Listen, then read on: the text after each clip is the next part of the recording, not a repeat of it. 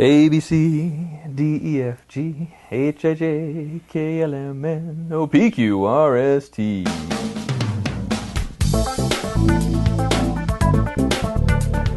And Merry Christmas, everyone who is listening to this, probably on Boxing Day, so have a good Boxing Day, too. The latest episode of PQRST, I am still in waiting mode, so I don't really have anything much in the way of comedy to talk about, but what I do have is a beautiful wife who has 30 years of Christmas memories, and I thought what fun it might be to both of us be on here and talk about Christmas memories. So please say hello, beautiful wife. Hi. So how are you? Would you like me to say more than that? No, it's kind of up to you. I can certainly talk for the whole time. We both know that's an option, but defeats the purpose of going to the trouble of putting a microphone on you. Well, Merry Christmas, everyone. How are you today? I'm doing pretty well. We are definitely further along in the pregnancy, and I'm getting to where sitting is uncomfortable. So if you hear any background noises, it's either me trying to stand up or me running into things as I'm pacing. Yes, we are less than a month away from having a little baby boy. No. And it could be any time, but it's not going to be Christmas Day. No. Could be New Year's Day, but not Christmas Day. This is true. And I'm very excited. I'm wearing the fantastic Superman hoodie my wife got me for Christmas. And very happy about that. And we have a cat who no longer has any teeth. And that surgery went okay, and she seems like she's a lot happier now that she's not having dental problems. And she might even come up and demand some attention during the podcast. It'll be a Christmas miracle. May or may not hear her, because she's a lot quieter now.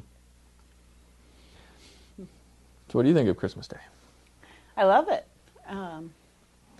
Christmas is both a time for me to really reflect on God and what he was willing to do for us, and it's very interesting this time around with being pregnant. I've been thinking much more through what it must have been like for Mary, and that's been kind of fascinating. And the song that keeps going through my head this year is the Mary Did You Know? Right. And while our child is just going to be a child and going to be wonderful, but definitely not the Son of God.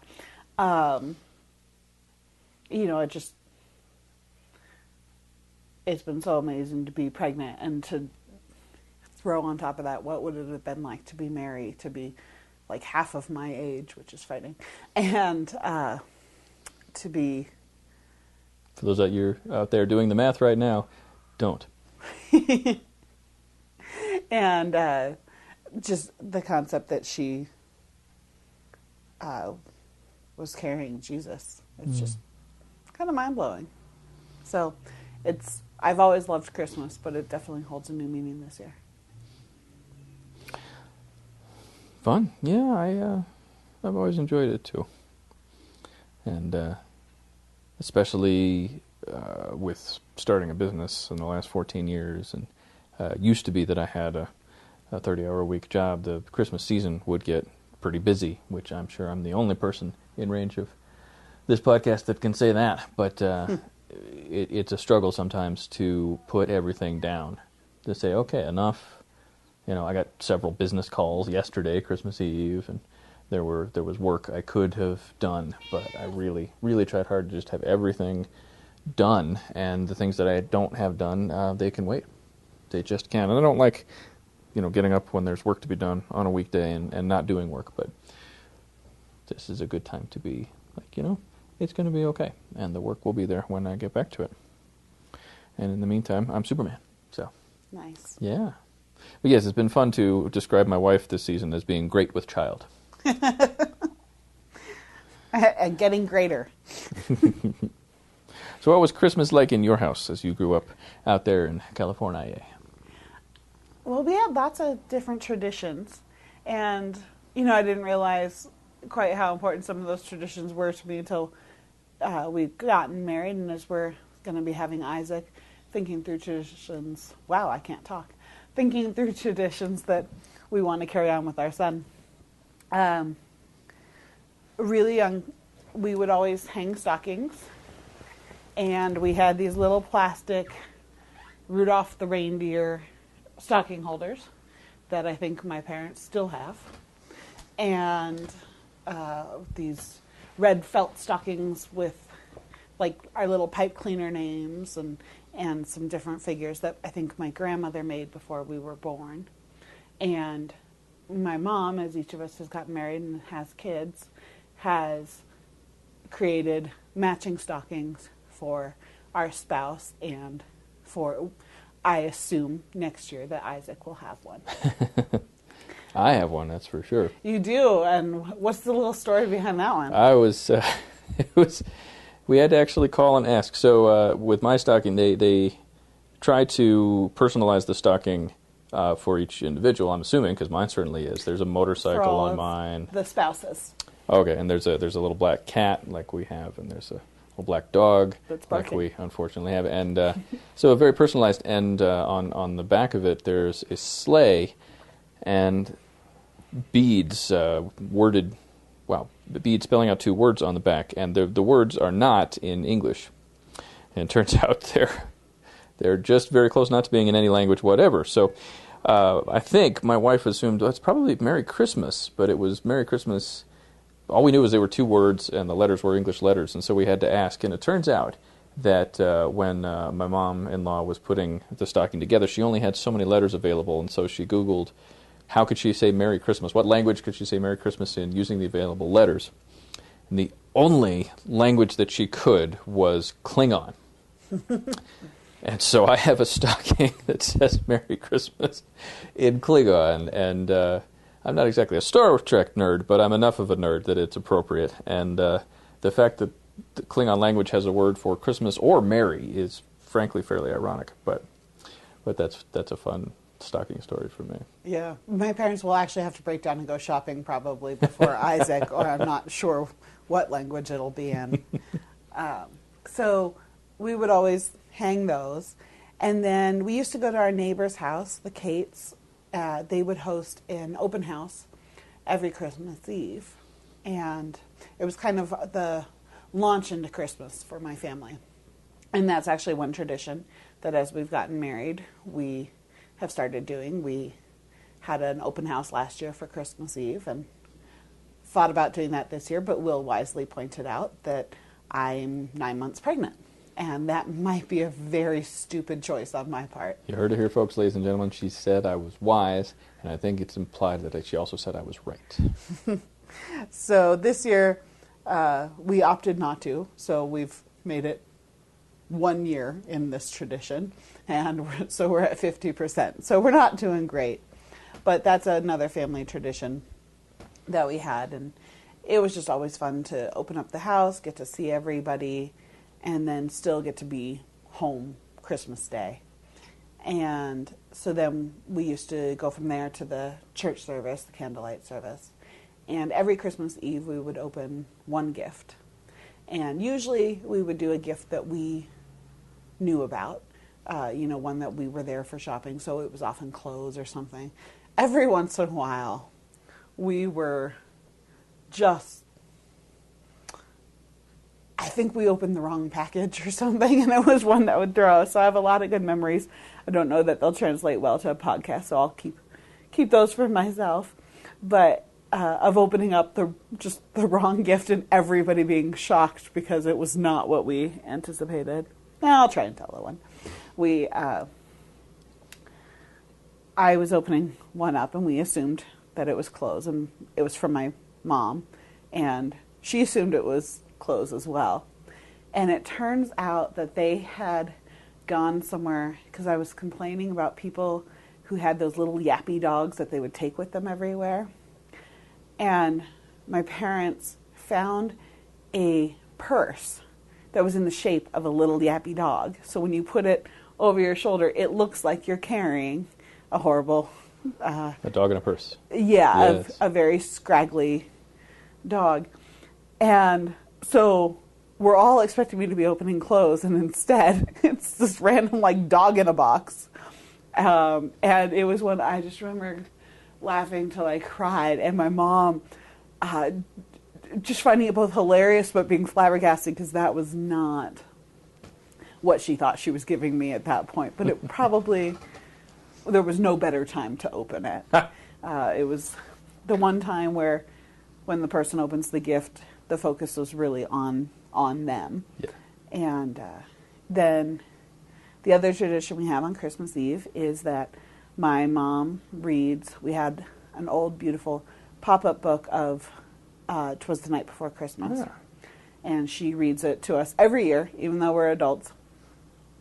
And my dad always pulls out the little reindeer antlers, and he sits just behind her, and he mimics her the whole time that she's doing this. It took a couple years for her to know.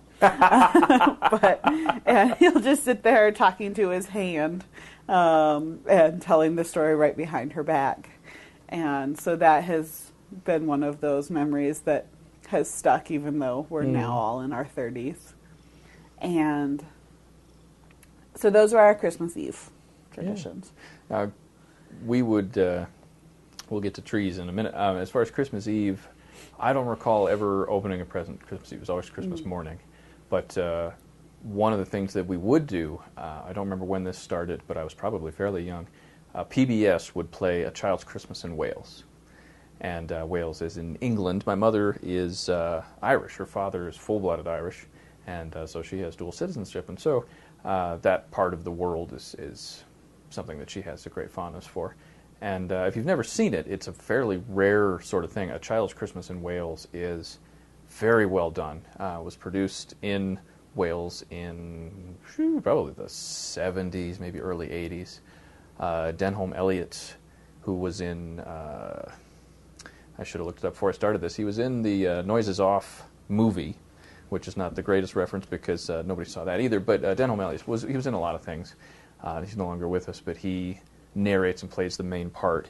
And it's just fun, partly to see a different culture, but also to see how many things are the same, that there's still snowfall, but to see, the way they open crackers, like these little things you pull and stuff comes out, like you might see at, I don't know if we have a holiday that they do that here, maybe 4th of July, or Chinese New Year is kind of what Chinese came to New Year, mind. maybe, but that's a Christmas thing that they do, and little hats or little trinkets will come out. But anyway, it's just similar and yet different, but beautifully written. I want to say it was Dylan Thomas who wrote A Child's Christmas in Wales. Whoever wrote it really did my homework before we started this podcast. The language is beautiful and it's very well presented. And anyway, it would play on PBS, and so that was our tradition, is we would watch A Child's Christmas in Wales, and then it was time to go to bed.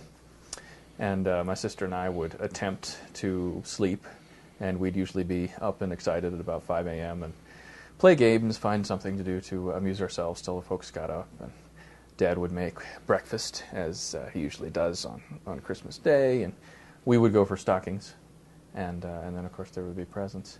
One of the things I remember very fondly is that Dad especially was very clever about having fun with the presents. It wasn't just, here's something wrapped. When he got me the complete works of Sherlock Holmes, 2-volume series by Arthur Conan Doyle, it was hidden in the mailbox, and my present was this postcard that I unwrapped under the tree that had a poem about where my presents would be, and the first letter of each line of the poem spelled out mailbox. So there was a clue, a mystery to solve to get my present. I also recall the year I asked for a remote control car. Again, they didn't just box up the remote control car and say, here you go. We had opened everything that was under the tree, seemingly, and there was no car. And, I was disappointed, but not like horribly so, but like, oh, no car. And Dad's like, I think there might be something under the tree skirt. And there was this really weary little package under the tree skirt. I thought maybe it was a bomb. No, but I opened it up, and it turns out to be a battery, 9-volt battery. And he's like, I think there might be something by the stereo equipment. I go over to the wall where the stereo equipment was on the shelf, and just slid between the receiver and the shelf, there was another small package, and I open it up, and it is the remote control car handset and I put the 9-volt battery into it and turn it on and hit the go button, and the car roars out of a bag that it had been sitting in the corner the whole time. And, Dad was good about stuff like that. You are right. I've looked it up. I know. Twice. I actually flat out said Dylan it Thomas? this time. Dylan Thomas Booyah. wrote the poem. Mm-hmm. And What has Den O'Malley been in? Indiana Jones. Right. And Trading Places.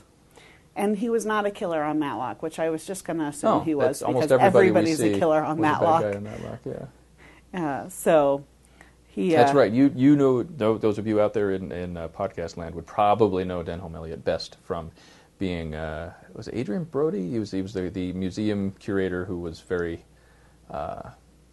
far-fetched and flabbergasted are the words that come to absent-minded and kind of lost. So yeah, old British guy in the Indiana Jones movies. But he plays a fantastic role in A Child's Christmas in Wales. Marcus Brody. Adrian Brody's an actual actor, I think. At least I had the Brody part, right? You did.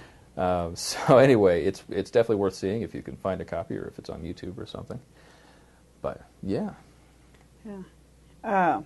And then Christmas Day was always fun. Mm-hmm. Oh, it was so hard to sleep that day. I'm an early December birthday, so the time between my birthday and Christmas was both not very many days and was the longest ever. Yeah. And I just remember that my brother and my sister and I would always wake up, and we'd have hours to kill before it's probably like 8 o'clock. We could wake up my parents, and it was one of those few times where we were always really hopeful for which set of grandparents was in town, because one would get up at 6 something and the other got up at like 9. And you don't get to start until everybody's up, of course. So I loved my mom's parents, but they slept in so much. It was just excruciating. Whereas my dad's parents woke up pretty early. And see, it's not always bad being a morning person. No. One day out of the year. Yes. Yeah. And so we would do this, and my brother, my sister, and me we would all wake up and go downstairs and watch TV together until it was time. And I was the type who would try not to look in the Christmas tree room with all the presents and not see what I got, and try not to look at the stockings, even though we got the same thing every year in the stockings. I would try not to look, because as we know, I'm not the most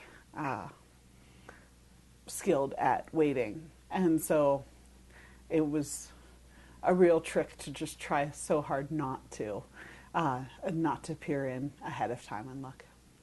And I have so many memories just year after year of doing this. And what was kind of fun was a couple of years back when my sister was the only one with kids, and they were right around that age where Christmas was just so magical for them. 6 o'clock in the morning, my brother, my sister, and I all woke up really early, and we were just hanging out on the couch in the room. We're the only ones up in the whole house. And it really just kind of reminded me of the old times. And I was just getting to hang out, just the three of us. And that really is probably one of my real memories of just the three of us all together hanging out. One of the things my mom was great about was, among many things, was nudging Dad into spending money on maybe more than he wanted to on Christmas gifts. And one of the year of the Road Patrol car, that was probably her doing more than anything. There was a lot of Legos, and so one of the things when I listen to Christmas music now, there are certain songs where my strongest memory of that song is playing the cassette tape over and over while I'm in my freezing cold room, because we had wood burning fireplaces, which was great if you were in the living room where the wood burning fireplace was, but several rooms away in my room, I can remember like sitting up against the radiator just waiting for it to come on because I was so cold. And it was my choice. It wasn't like they, put me in there with gruel and told me I couldn't come out. But listening to Christmas cassettes over and over and building things out of Legos. But one year I unwrapped, my big present was the Lego castle with the knights, and that was a good one. And one year there was a Lego spaceship, and so when I watched the Lego movie and the little astronaut character is so excited about building a spaceship, I know what he means. But as far as just flat out presents go, the best one was, and I really didn't think I was going to get it, was the Lego monorail. And it was pretty expensive. It was well over $100. Yeah, my wife is doing a Simpsons quote now. Well over $100, and in the mid '80s that was some serious money. But it had lights, and of course, being a monorail, it would go around the track, and it was just, it was such a fantastic present. That was amazing. Fun. We had, my memory, like with the Christmas tree and everything, it's when my mom really got to play her Christmas carols. She loves Christmas carols, and we all got really, really sick of them. So decorating the tree was really the time where she could go full out and listen to all of them. And we go through the ornaments and set everything up. And that's a lot of memories with my mom, was setting up the, the train set, or the little Santa's Village kind of. It wasn't Santa's Village, but Holiday Village, and some different things there. And then for Christmas morning, when everybody finally would wake up, we got to do the stockings, and we'd always had the same breakfast. My dad would go to Costco and buy the Entman's breakfast Danish pack, and they have one called the Breakfast Claw, and I keep looking for it here. And I love that movie. Oh, the Breakfast Claw. Yes, that's different. Sorry. And is Molly Ringwald involved in that at all? She might have been. Okay, we'll Google it later. As we found out yesterday, she was the original choice for Sally in When Harry Met Sally, which really would have changed that movie. So we'll leave her where she was in the 80s. But anyways, my dad would have orange juice every time we would have the Entman's Danishes, and then we would get to open our stockings, and we'd open those all together, and same thing in those most of the years, and this will date me quite a bit. We would usually get a new canister of film and a blank cassette and a blank VHS. Long after DVDs came out, we would still get a blank VHS. And if I remember right, did you get my dad one? Last year. Was that last year? Yeah. Will knew the tradition, and so he sent my father a blank VHS tape, because being a videographer, he had one. It used to be the only thing that I produced. This is a long time ago now, but I think I average about one per year. Some grandparent who's like, "Hey, can I get this on VHS?" I'm like, "Sure." You really talk strangely, but anyway. And so put your teeth in. Yeah. But anyways, we would always open those together, and then we'd go into the other room and get to see the Christmas tree, and we'd turn on the lights. It was the only time the lights stayed on really during the day. And we get to open our gifts, and my mom was always the person in charge of handing out the gifts, and she would more or less, we all kind of had even gifts most years. So my brother, my sister, and I would all be opening similar gifts at the same time and things like that, but it would vary a little bit. There were a couple of years where there's some big exceptions. When I was 10, I think, 4th or 5th grade, I can't remember, all of a sudden at the end, I got a parakeet. That was my Christmas present. Yeah. It was a live parakeet. I feel like it was 5th grade. Better than a dead one. I just meant, like a toy or... No, it was a parakeet. The Kates, again, the people who hosted the open house on Christmas Eve, they had a whole little aviary of parakeets. And so my parents got one from them. And gosh, I had him for about 10 years. So he lasted a very long time. But that was the only live present I have ever gotten. And it was a complete shock. I probably had been asking for another puppy or something, although we would have only had one at the time. So probably was asking for a dog, and my parents decided that was unreasonable. But the bird they could handle. And yeah, we get all sorts of different things. I don't have a ton of standout gifts in my head beyond that, but that one I definitely recall.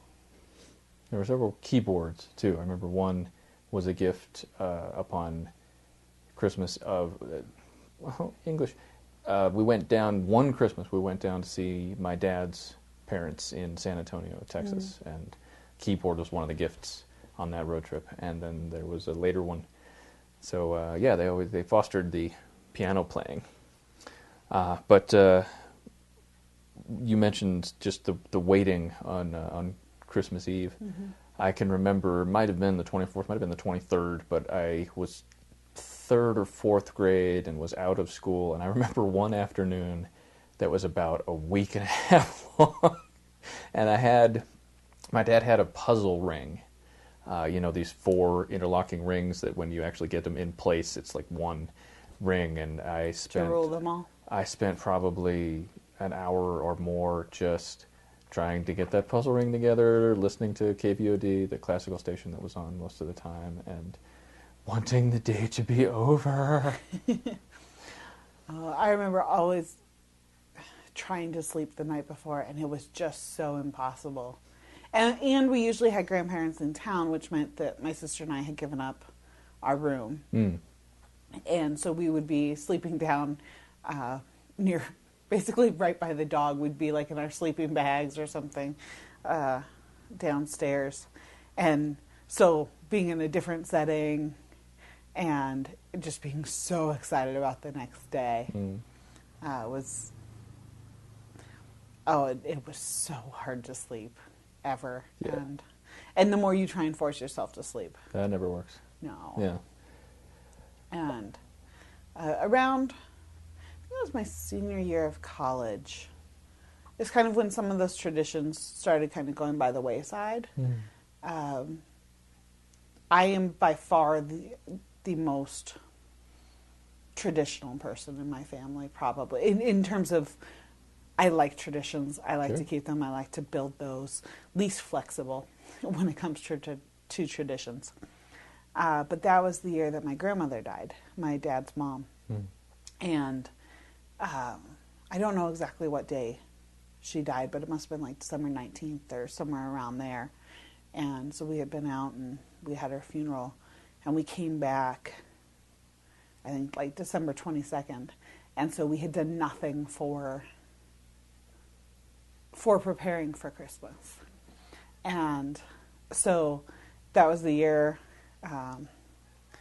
probably 10, 15 years before that, I had asked for a painting set. And my parents had got me a little 3D, it's like a 1.5 foot tall tree with a little, plaster village as its base that I could paint. And I got probably as far as one building and then never painted the rest of it.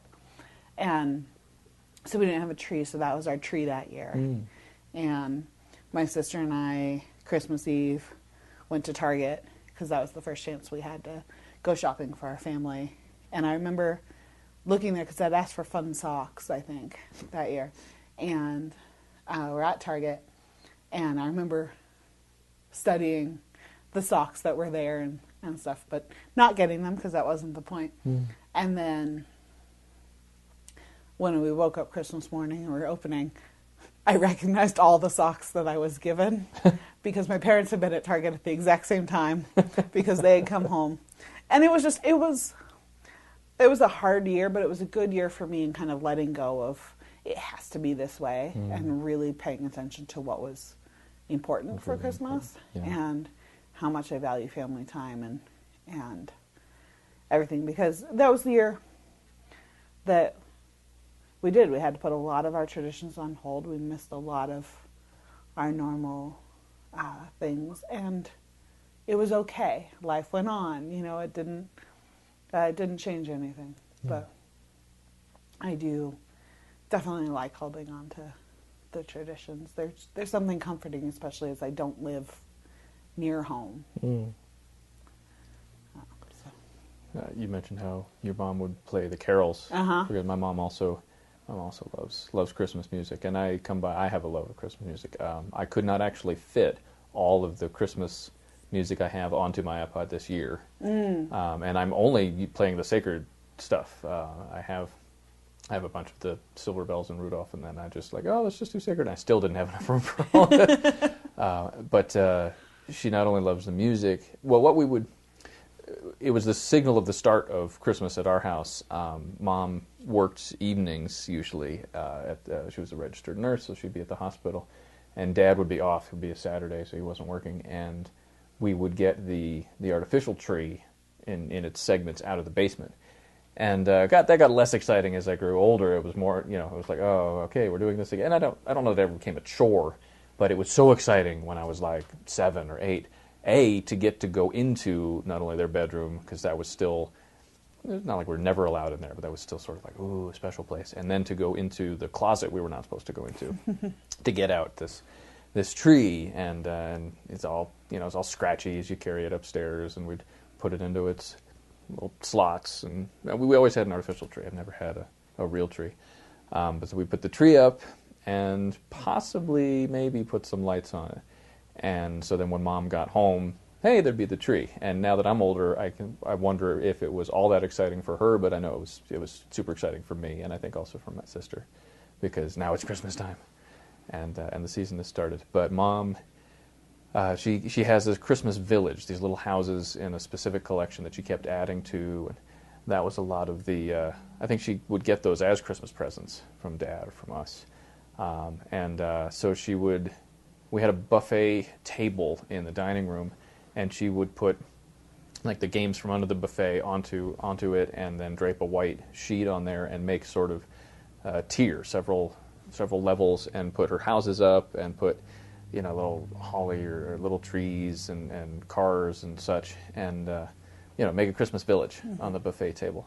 And there was a time when I could just appreciate it for what it was, and then there was a time when I grew older and got teenagery and ornery, and I would go, I also started working, and so I would come home, because I had worked at Arby's or I'd worked at the TV station. I'd come home after 11 and everyone else was in bed, and it was weird how Mom would wake up the next day and this terrible accident would have happened in her Christmas village. One of the cars, two or three of the cars would be sideways in an intersection, or the mailbox would be upside down on top of the post office or something. And again, that's something, as I look back, that might not have been a huge blessing for her, but she took it well.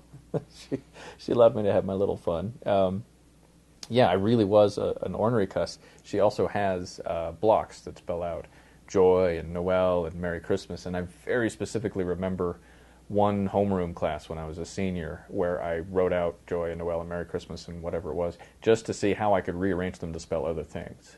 And then I would rearrange the blocks to spell out whatever smart-ass thing I wanted to spell out. Do you remember any of them? I don't remember any of them, but just anything, just put Merry Christmas into anagrams.com, and whatever pops up at the top, that's probably what I wrote, and see how long it would take her to notice. And then I will say I always put them back once she had noticed, and, smacked me upside the head. But we had a buffet table in our dining room, too, and that's where my mom would set up her village. One of the things that I now have that she also would have there was one of those little wooden, not windmills, but it goes around like a merry-go-round of angels. We had one of those too when the candles were lit. Yes, and as you could see, we got some candles that were too tall one time, because we actually some burn damage. we actually do have that. It is one of the things that I was given, and yes, I think one year we had to get new candles, and we got them a little too tall, and so it never burned down. But boy, it is a little bit singed. But it was all these angels going around in a little circle in this pretty little wooden. Well, my wife looks up anagrams.com for Merry Christmas. Another specific memory, we would go to, for a long time, we went to Christmas Eve service at our church off Evans and then later off Wadsworth. And I remember one of the times off, I think probably the Wadsworth location, as we drove home and I'm in the back, I was counting how many houses had Christmas lights. And I remember I got to 100 right as we turned onto our street to be home. And that was like, oh, cool, I got to 100. But later we started walking 2 blocks to North Presbyterian, which is not even there anymore, on Federal and 37th.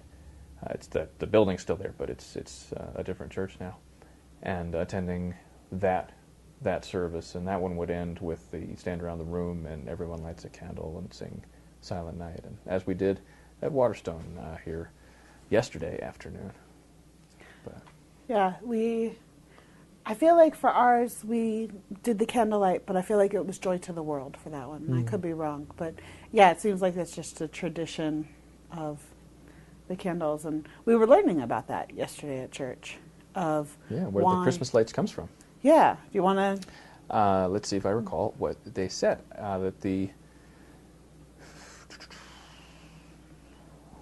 thinking, accessing memory banks, it had to do with more ancient times. Well, all right. Well, I guess my wife's going to tell a story because I apparently wasn't paying close attention. But we learned that Noel, the first Noel and all this Noel is the French word for Christmas. Mm-hmm. And right when Pastor Nick said that, I was like, oh, that's right, yeah, because Father Christmas is known as Père Noël, French word for Father, Père, and then Noel's Christmas. And we would, in high school, Liz Dellinger, one of my best friends.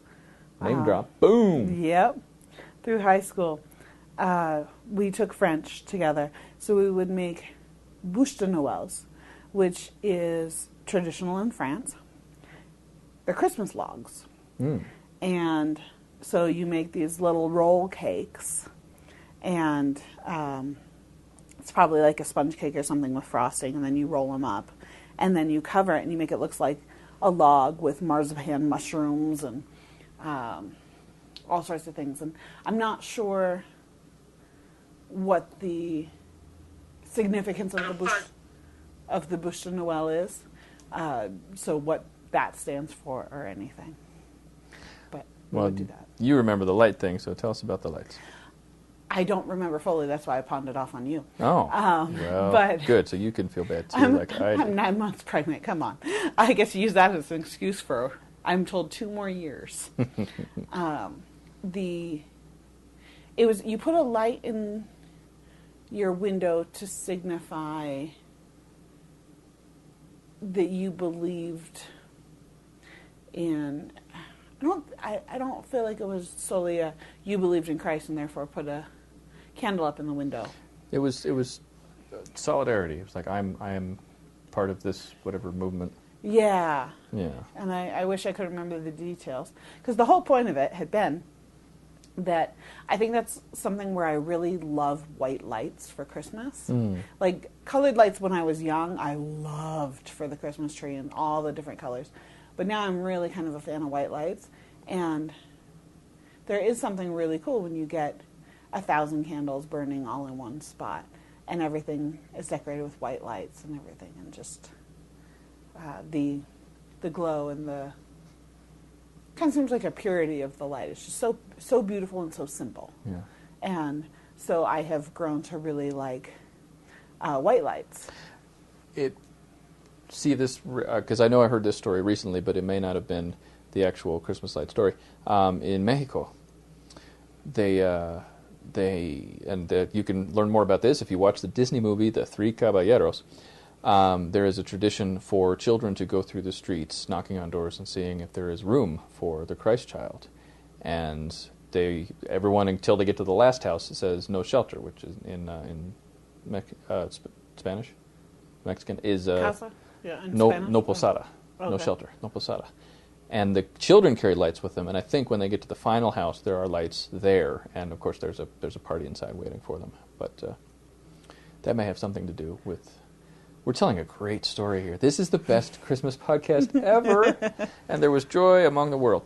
Well, I can tell you that if you have the letters to Merry Christmas on hand, you can rearrange them to say Ms. Archery Stirs or Mrs. Creamy Shirt. which I think I may have to start calling my wife that, Mrs. Creamy Shirt. But so there's lots of things you could rearrange. I mean, hundreds and hundreds of things, including my Christmas error, ERR, which is fairly accurate to probably what I did to her blocks in the first day, or calling her Mrs. Creamy Shirt. Yeah. No, when I had looked it up, I was getting. I did not go to the correct website, apparently. 10-letter anagrams that came out of Merry Christmas.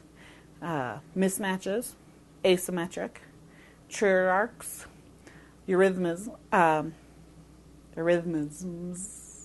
boy, I can't say that, schematicism, trierarchy, and martyricisms. Those are just 10 letters? Those are the 10 letters. This one only Merry comes Christmas up with has one word. 14 letters.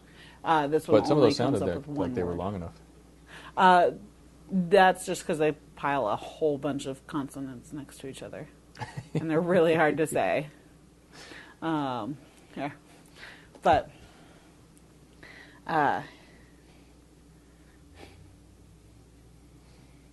there are things you can make with Merry Christmas. Any other Christmas memories? I'm trying to think. I have 2 things left to say. Okay. That's really, I think, most of them. Yeah. All of my friends were December birthdays, so there was a lot of birthday stuff around, but it didn't really cross over to Christmas. So, no, I don't think I have many other Christmas traditions. Well, I've talked a lot about my dad and Christmas traditions. One of the things my mom did for us kids every year, she would buy a very special ornament. We got a new Christmas ornament for Christmas every year, and I forget if we opened it Christmas Day or if it was Christmas. That might have been the Christmas Eve thing. My long-term memory is terrible, but it might have been that we got to put a new ornament on the tree Christmas Eve. But I do remember, and I can tell you that the ornament, as much as possible, Mom always wanted it to relate to that year. So the year I took up piano, I got a piano ornament. The year I was interested in playing the drums, which was short-lived, but nonetheless I got a little bear with a drum. There was the year that she got me a motorcycle. As much as she, to this day, hates the fact that I ride a motorcycle, I nonetheless got a motorcycle ornament. And I have my wife to thank for finding the box of ornaments. Last year we had none of my Christmas childhood ornaments on the tree because I thought they had gotten lost in the move, but sometime mid-January she stumbled across them, and so they're on the tree now. And I also have my wife to thank for the fact that she is just so fantastic. This year she got me a Christmas ornament, and I don't know where she found it, but it is Fozzie Bear standing in front of a stand-up microphone. And considering the hour-long show we had in October. See, I did manage to get comedy into this podcast, thanks to my wife. And I grabbed the ornament and I have it in the room with me because it not only is just fantastic looking, but there is a light that turns on, a footlight, when you press the button. And unfortunately, you can't appreciate that, but we can. And he also makes noises. I am so happy to be here, I can barely stand it. Get it? Barely? And I'm a bear? And frankly, he is arguably just as good as I am. Hello? Hello? Is this microphone on? So, my wife has continued the fantastic tradition of Christmas ornaments, and I am very thankful to her. Yeah, we were blessed. There was something else I was going to say. You said you grew up only doing artificial trees. Oh, yeah, that is right. a new thing for me. We used to grow up cutting them down, and we'd drive. Artificial ones? Yes. Did they grow in forests too? Yes. Artificial forests. So we would drive somewhere, and it always seemed so far away, but it was probably like down the road somewhere. And we would go and we would pick out our tree and we would cut it and bring it home. Over time, we simplified that and just would go to Home Depot and pick out a nice tree. But I grew up with live trees, and so there's definitely the smell of them that I've always associated with Christmas. And then I think of my mom vacuuming all the pine needles that always fall off. So it's really since being in Colorado that we've done artificial, and it's newer. It's not quite the same to me, but it's a lot cheaper. It's a lot cheaper. You know, it makes you and sense. not spending money. I know. I do They're love like to this. not spend money, and yeah, and then Will had told me about the Christmas ornament tradition, and that for some reason it had stopped, potentially just with him getting older and living on his own. And what I had realized was that we had one of my coworkers, Brian Hostetler, and when we got engaged and sent them our invitation, he ripped it up, which, I won't yell at him for. No, he cut it into strips, and because there's some beautiful blue like lining and stuff like that, and it has all of our names and the date of the wedding and stuff like that. And he curled them up, like you do ribbons and stuff, and put it into a glass ornament or a clear ornament, and gave it back to us. So we have this beautiful ornament that represented the year that we were engaged.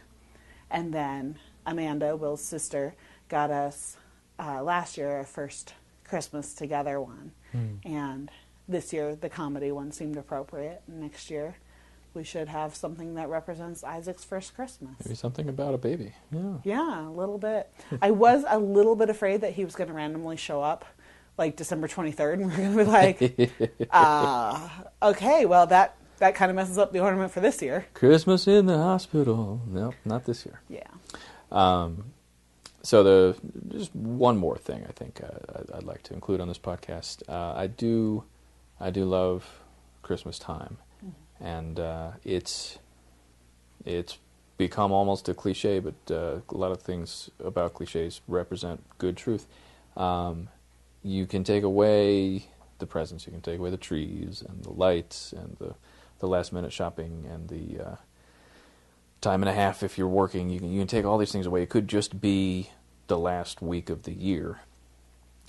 There would be very little to really get excited about at Christmas if it was not for Easter. Mm-hmm.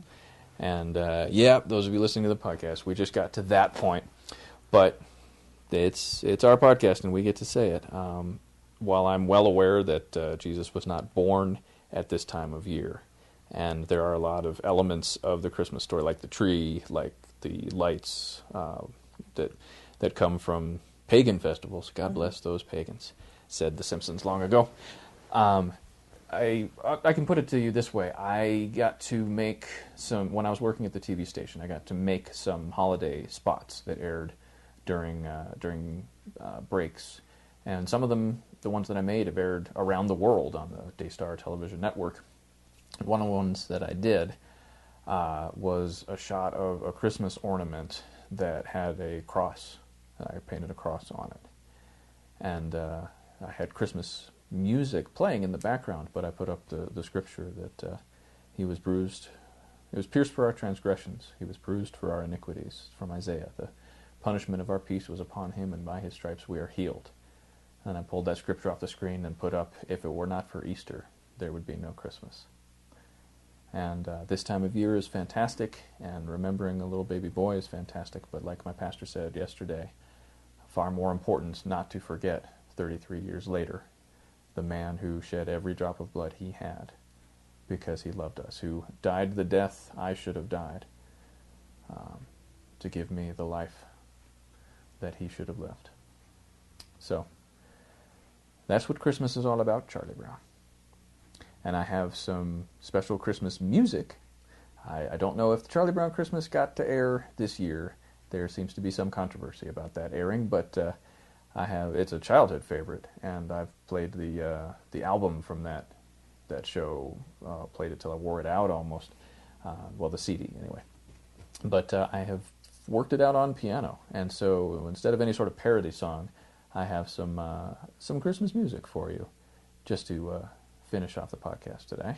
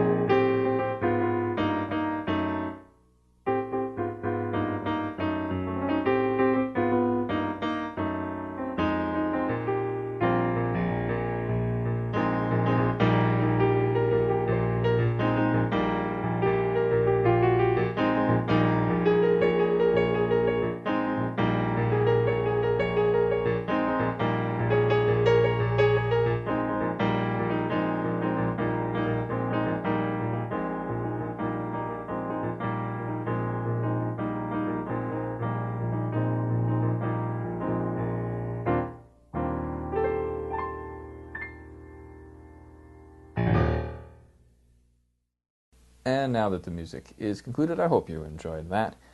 Many thanks to my wife for making this a fantastic Christmas and for joining me on the podcast. Anything you would like to say before we cut out for this week? No. No, Merry Christmas, everybody. I hope that it is a good year. I agree with her. Blessings upon your years, all those who are listening, and I think we'll just see what Fozzie has to say here to end things out. I said, waiter, what's this boy doing in my soup? He said, looks like the backstroke to me. Ah! And I don't think I could have said it any better myself. Have a Merry Christmas. Own the stage that you're on, especially if you're Fozzie Bear, and we'll see you next week.